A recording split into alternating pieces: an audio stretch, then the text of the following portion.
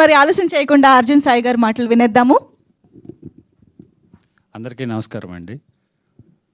మహాకవి కాళిదాస్ గారు ఒక మాట చెప్పారు, నాటకాంతం హి సాహిత్యం అని. అన్ని కళల్లో నాటకం అనేది చాలా గొప్ప కళ.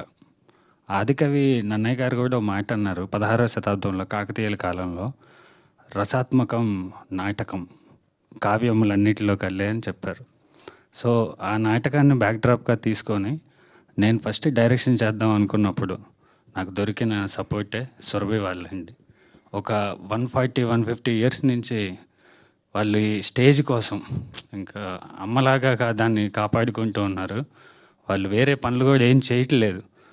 చేయాలి అనే ఉద్దేశంతో ఈ నాటకాలు మళ్ళీ తిరిగి రావాలి, ఈ ట్రెండ్కి ఈ నాటకాలు అర్థమయ్యేలా చెప్పాలి అనే ఒక చిన్న తాడుతోటి మొదలుపెట్టాం.